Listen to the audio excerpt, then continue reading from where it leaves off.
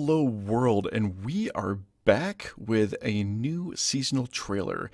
In particular, this is the Season of the Splicer trailer for Destiny 2. As of this recording is currently May 4th, and may the 4th be with you all, even if it is a little belated. So it turns out this will be the next season in Destiny 2. And we just got the trailer today, so we're going to do a quick breakdown of that. Before we dive into that, I will give everyone a brief background history on what SIVA is and what a splicer is, just so we have some foundation to work with moving forward in this video. So let's get right into it. This is Video Game Crosstalk, and I hope you enjoy this Destiny 2 trailer breakdown video.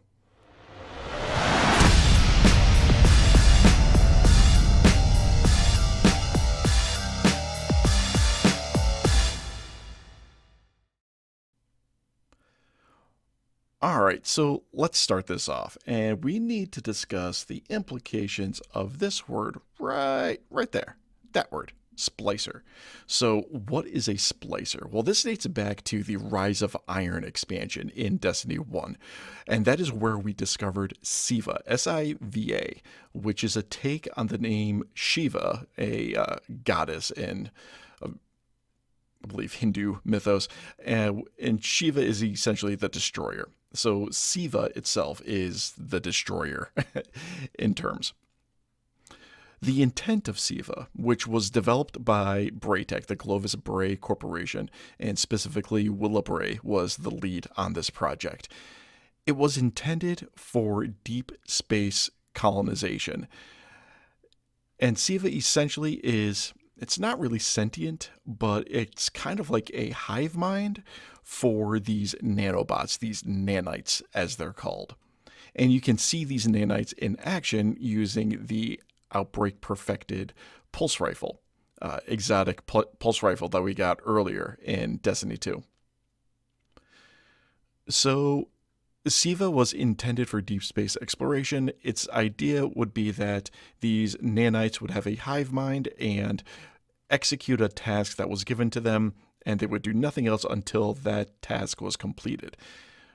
Based on some, space magic or whatever video game magic design, they required no external energy source, so they would just go and do until the doing was done type of thing.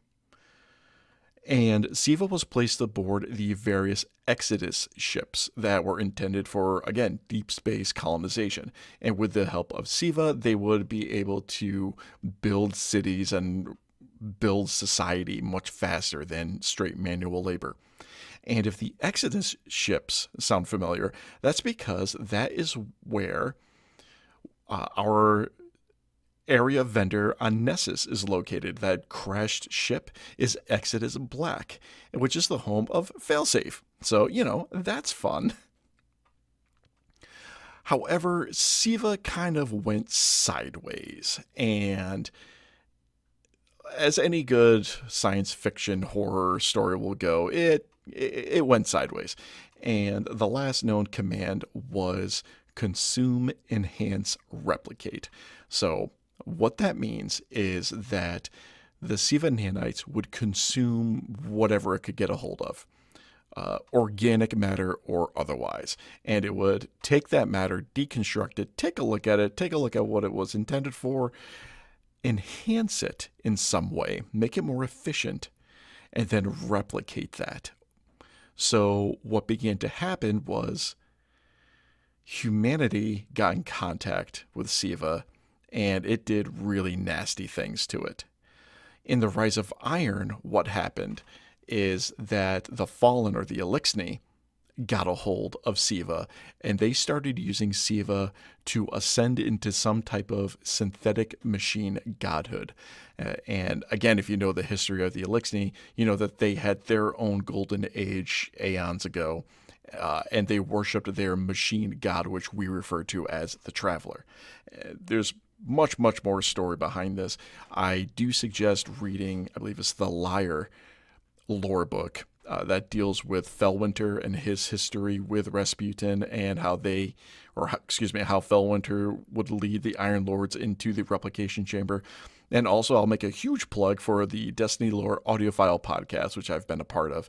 And I have read the entirety of the SIVA memories. So, what those were, akin to the Books of Sorrow from the Taken King expansion, they are a collection of brief lore entries when read in order, kind of tell the history of the development of SIVA, what happened after it was deployed, and the splicers once they got a hold of it. So right there, the splicers. Again, that word right there in the trailer, or in the name of the season. So what splicers were, those were the names, or the name kind of self-appointed to, for the Elixni that try to cybernetically enhance themselves using SIVA. So we had to fight off a lot of these cybernetic, cyber-augmented Fallen, and that was the whole point of the Wrath of the Machine raid that came with the expansion. So, now that we know a little bit about SIVA and what splicers are, again, those are Elixni that wanted to augment and enhance themselves using these nanites, let's get into this trailer.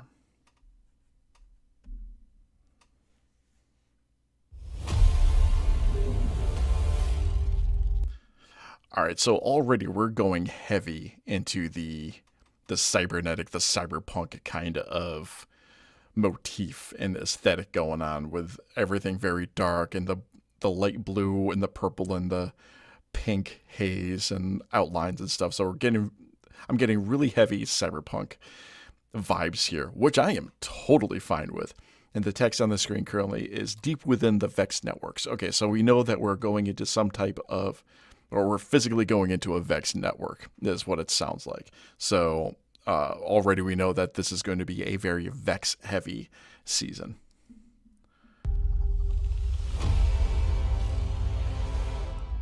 Lies the power to extinguish humanity. Well, we kind of already knew this, right? I mean, that's the whole point of the Vex, is they're trying to find a timeline in which they are the most victorious. So some more...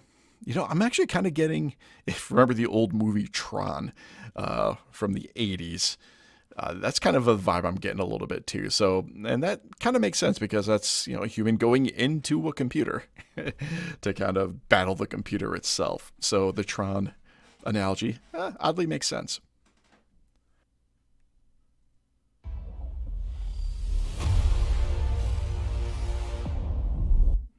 Okay, all right, so we're going to end humanity once and for all. I mean, obviously, that's not going to happen, but, we already know that.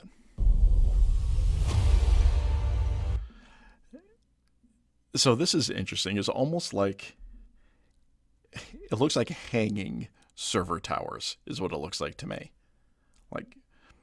Like you would go into a server room back in the Warmind expansion, or any other like computer data center, and just these racks of servers, but these look like they're actually hanging upside down. That's kind of cool. This morning, for the first time in humanity's long and storied history, the sun did not rise. So what's interesting about this is this scene right here, looking out over a balcony and seeing nothing but darkness, reminds me very much of the visions that Osiris had back in the Curse of Osiris, when he was talking about the different evolutions of the Vex and the future that the Vex were trying to accomplish, where it was nothing but darkness. Not necessarily darkness as in the evil power that we're fighting against, but darkness is just no light. And again, not the mystical power of light in the game, just dark. The sun's blotted out. It's a cold machine world, but it's definitely dark on the planet. So if you remember that cutscene where Osiris is telling us this is the future that the Vex want, and it's just nothing but blackness. So this shot right here really reminds me of that. It's a Vex simulation that has plunged the city into... So this is kind of cool. This additional like holographic armor on this Minotaur. One endless night, Osiris and I could only think of one we might turn to. Mithrax. He Ah, great pause. All right, so Mithrax, I'll get to these guys in just a moment. So Mithrax makes sense here. And I mentioned Outbreak Perfected earlier. So Outbreak Perfected, that pulse rifle actually came from Destiny 1. It was brought back in Destiny 2, and it shoots, well, if you get crit kills, you produce like explosive nanites, and that's like weaponizing SIVA. So Mithrax was part of that 0-hour mission that you had to do to obtain the Outbreak Perfected pulse rifle. So it makes sense that Mithrax would be involved here. And this is adorable. It looks like we have some Elixni hatchlings. Oh, and one on the back too. So this is cool also. I really like how Bungie is fleshing out the other races as a society, not necessarily an enemy. So in Beyond Light, we got to see what an Elixni city would look like with Reese Reborn, which is a really cool map area to explore. And through the lore, we got to learn a little bit more about their society and how they're trying to rebuild and the struggles that they've gone through. And with the Season of the Chosen, we got to learn a little bit more about Cabal society and their struggles. And even in the dialogue, it was discussed about how on these ships that they brought to the Sol system, I mean, they uprooted and evacuated their entire planet, entire families and civilizations on Torbottle were just uprooted. So we're getting a more, I don't know if I want to use the term human, view of these other races, but they're definitely building a stronger sympathetic relation with them. And yeah, look at these hatchlings. Aren't they adorable? All right, moving on. He claims to be among the last sacred splicers, those with the power to commune with machines. All right, so I have a slight issue with that statement. Because if memory serves, they didn't really commune with the machine. I guess they kind of did, because in the later entries in the SIVA memories, Axis was discussing how he has thoughts, but these thoughts aren't his own. But are they my own? I don't know. He's kind of unsure. He wasn't sure if it was his thoughts or the machine's thoughts. So I think I just talked myself out of my reasoning. All right, well, so be it. It happens. So, yeah, again, the Splicers, and I did not know this, that Mithrax was amongst the Splicers. So I don't know if that was covered in lore earlier, that was identified, but it makes sense that Mithrax would be involved because he was involved in the 0-hour mission to obtain the Outbreak Perfected pulse rifle, and apparently he was a Splicer. So Mithrax he's got some nanite action going on in his body. This might be a quick look at, can I play and pause real quick? Looks like the sneak peek at the Sparrows we'll be getting. So that's an interesting turbine-looking engine. Can we get a better look? Interesting side profile.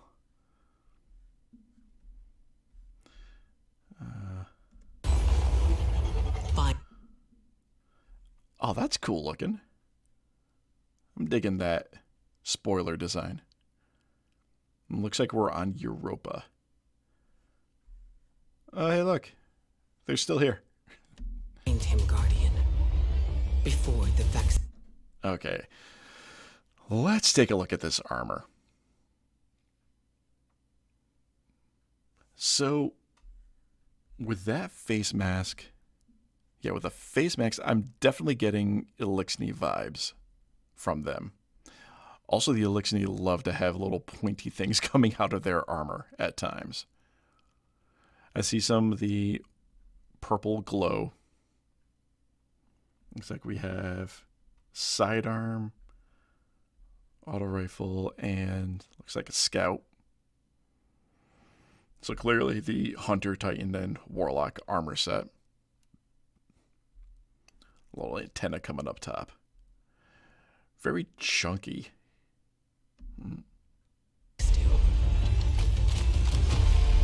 Wait. Let me get the group shot. Okay. Well, that's an interesting little ornament right there. Oh, and I see the warlock symbols on it. So what we got going on here? Can't tell if we got the hunter symbol on this guy. These look like to be the seasonal weapons. So what do we have? We got the, say, hand cannon. Is that a breech loader? Ooh, heavy machine gun. That'll be fun. Ooh, and a sword. We got swords. Swords confirmed. But yeah, what's up with this chain decor on the warlock helm? All right. More weapons. More things that go boom. More pew pew pews. All right. This I'm excited for. So this has been a topic of discussion for quite a while with the seasonal activities. And I'm thinking specifically to the Season of the Worthy, yes, where we're helping Rasputin send satellites into space. The problem with some of these public event type activities is that unless you've got several Guardians in your instance actively participating in these activities, you're going to have a hard time with them. I'm sure there are some people out there that have completed the activity solo. I'm sure there are. But for the rest of us, you're going to need some help. With my clan, the Red Jack Network, we were able to complete the satellite launch by getting a bunch of us to all spawn randomly into the same instance. And then, we pulled that trick where you get 2 people in and then everyone jumps into the fire team. Then you have essentially 6 people in an instance. We were able to clear it in one shot by that time. And this was specifically to get the title for that season. But a 6-player matchmaking, that's a lot. I mean, outside of PvP, the most matchmaking I've seen, I believe, is only 4 people. I don't think there's any 6-person matchmaking. That's 6-person is for the raids, and those are definitely not matchmaking. So that's gonna be loud and explosive and pretty awesome. We must splice an entrance. All right, so looks like we're on the... All right, this is interesting. So we're on the Tangled Shore in this location, but we have these holograms of Vex constructs all over the place. So my question is, are those constructs really there? Or are they kind of like augmented reality kind of overlaid on top of it? Or is this the instance where we're able to interact with them because of the events that are unfolding currently? So we got like the Vex gate right there and the various Vex columns that we see all over the place in Vex occupied areas. And here's a nice conflux in the middle. Also a nice group shot. Oh, you got the hunter symbol there. That warlock. This is cool. So I have an alt that's a Titan, but I don't play her all that often. But I like these chains or these ropes or cords or whatever coming down. So the question is going to be, which one of these are the base model, so to speak, armor sets, and which are going to be like the seasonal ornaments or the season pass ornaments, and which are going to be the adverse. I don't know. We'll find out. To the Vex network. Okay, let's back up a little bit. Before the Vex do. Splice an entrance to the Vex network. Before oh, darn it. Sorry about that, guys. We must splice an entrance to the Vex network. Okay, so that's going to be fun. And we're guessing that's Mithrax that we're listening to. So we got to hear Mithrax's voice. And it looks like we're going to be breaching into the Vex network by pure brute force.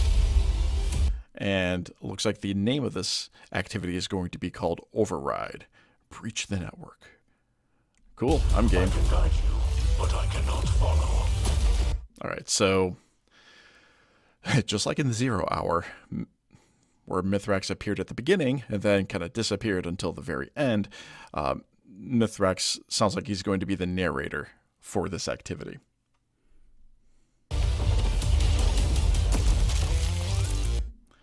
So many Vex. So many explosions. Once inside, you must find your own way. Okay, so again, here we are back in that cyberpunk Tron-esque location. And it kind of reminds me of those Infinite Forest runs, or like the Haunted Infinite Forest, where it's just you go in and you just run in a straight line. Which also makes sense because that's a Vex simulation in and of itself. So, all right, we can be modeling it after that. But also, as I'm looking at this, the color palette that's used here, it reminds me of the Realm of the Nine, specifically in the Prophecy Dungeon. So this is definitely the same color palette that's used in the Prophecy Dungeon. I have no idea if there's a connection there, but the color palette is definitely of the same combination of colors. Sorry. That's a big boy. That's a big boy. All right, so that's either the end boss of this activity or some type of elite. That's definitely not a normal Minotaur, that's for sure.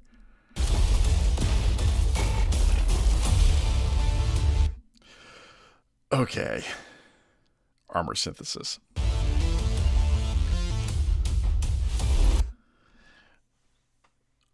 All right, so let's talk about it. A lot of people have been excited for the transmog system. 801's coming back. She's going to be the vendor for it.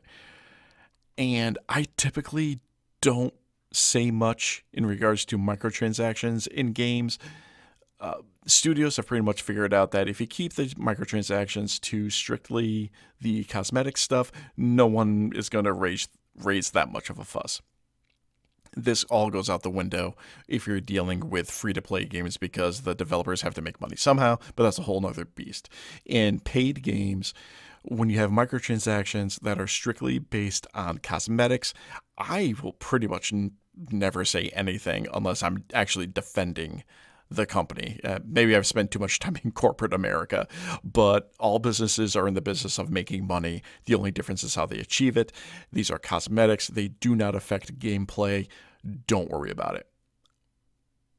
My complaint is with transmog is, it's the number of transmogs you can acquire per season and how grindy it seems that they've made it. Why are we adding another type of currency to build up and convert and go? Like, why are we making this more complicated? I personally would much rather, and I don't even care if it's like an obscene amount of legendary shards. Make it 250 legendary shards, whatever, to get a new transmog for a piece of armor. Fine. Let it be like that and like an ascendant shard, like one of the golf balls or something. All right, fine. Use the existing currency, not adding a new consumable currency that just like clogs up our inventory even more. It seems needlessly grindy to me.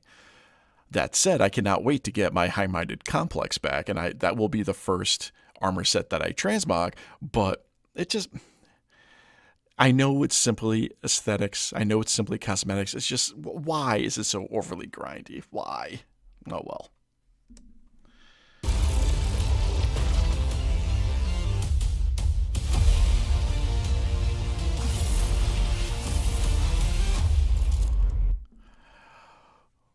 Oh boy. So I've had a few spin foil discussions with different Discord servers about how I fully expected, I will say this right now, I fully expected the entrance to the Vault of Glass to be the boss room in the Glassway Strike, where you go through Europa, you defeat the giant hydras that come out of the giant Vex gate at the end. I mean, it's a big empty room. Clearly, they have enough room to locate the 3 confluxes that you need to defend in order to open the gate to the Vault of Glass. But alas, I was wrong. And they're keeping this as legacy content. Obviously, they're going to bring it up to current Destiny 2 standards and difficulties. And I've mentioned this in my previous video regarding Legacy Strikes. I mean, you have to increase the difficulty. You have to. Back in Destiny 1, we didn't have Warlock Wells. Back in Destiny 1, we didn't have barriers. We didn't have well locks. We didn't have stasis. There are so many exotics and different synergies that can be produced. And they did really well in updating the Devil's Lair strike, where in the middle of the, or included in the spider tank encounter, they added the brig on either side. Perfect. You know, it brought it up to the modern standards of difficulty and complexity. So we'll see how they update the Vault of Glass. I was not a huge raider. I'm still not a huge raider. Less of a raider now because of kids, and kids ruin everything, but love my boys. But I've ran the Vault of Glass several times with a different crews. It's a fun raid. It's a lot of people's favorite raid. And it's got some interesting stuff going on. So it'll be interesting to see how certain encounters are made more difficult. Don't know if they're just going to add more yellow bars in some of the elites. And now that I think about it and I'm reviewing this video, you can almost guarantee that there's going to be wyverns in the Templar encounter. I can pretty much guarantee wyverns in the Templar encounter. So we'll see how that all goes.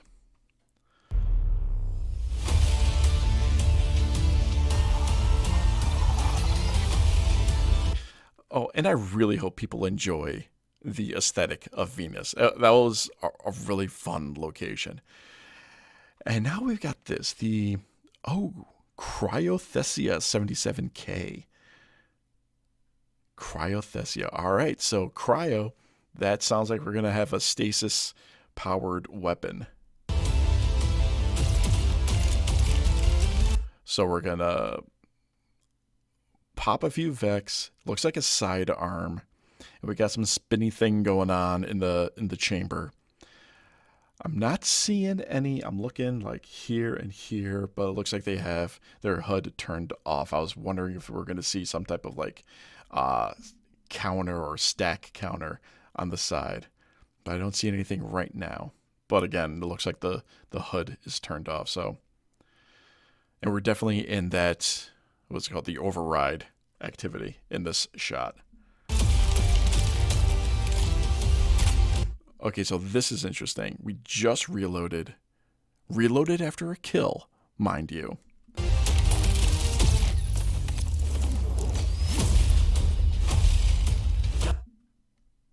So I mean, that was cool.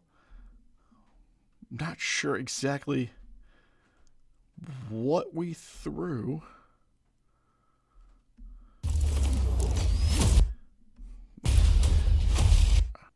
All right, so it looks like we threw like a round shell, something at them, and it looks like it does some stasis damage. So it'll be fun to find out how exactly that all works out, how the mechanics shake out. Gather your light and All right, so we have the new weekly mission. Sounds something similar to the interference mission from Season of Arrivals. prepare for battle.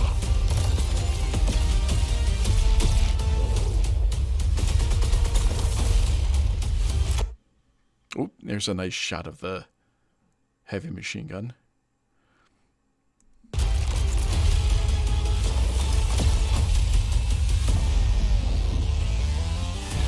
Yay, gravity cannons to shoot us all over the place. Those are fun.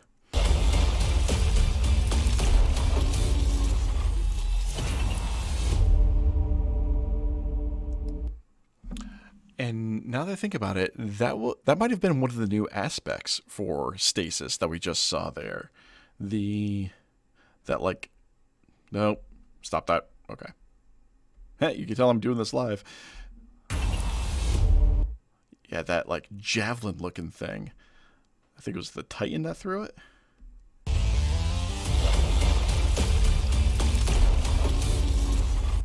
Yep. So yeah, it looks like the Titan is going to get I wonder if that's like the charged melee ability. Kind of like how the Warlock has that little ice bolt you can shoot. But if that's a melee ability, hope it's not excessively powerful.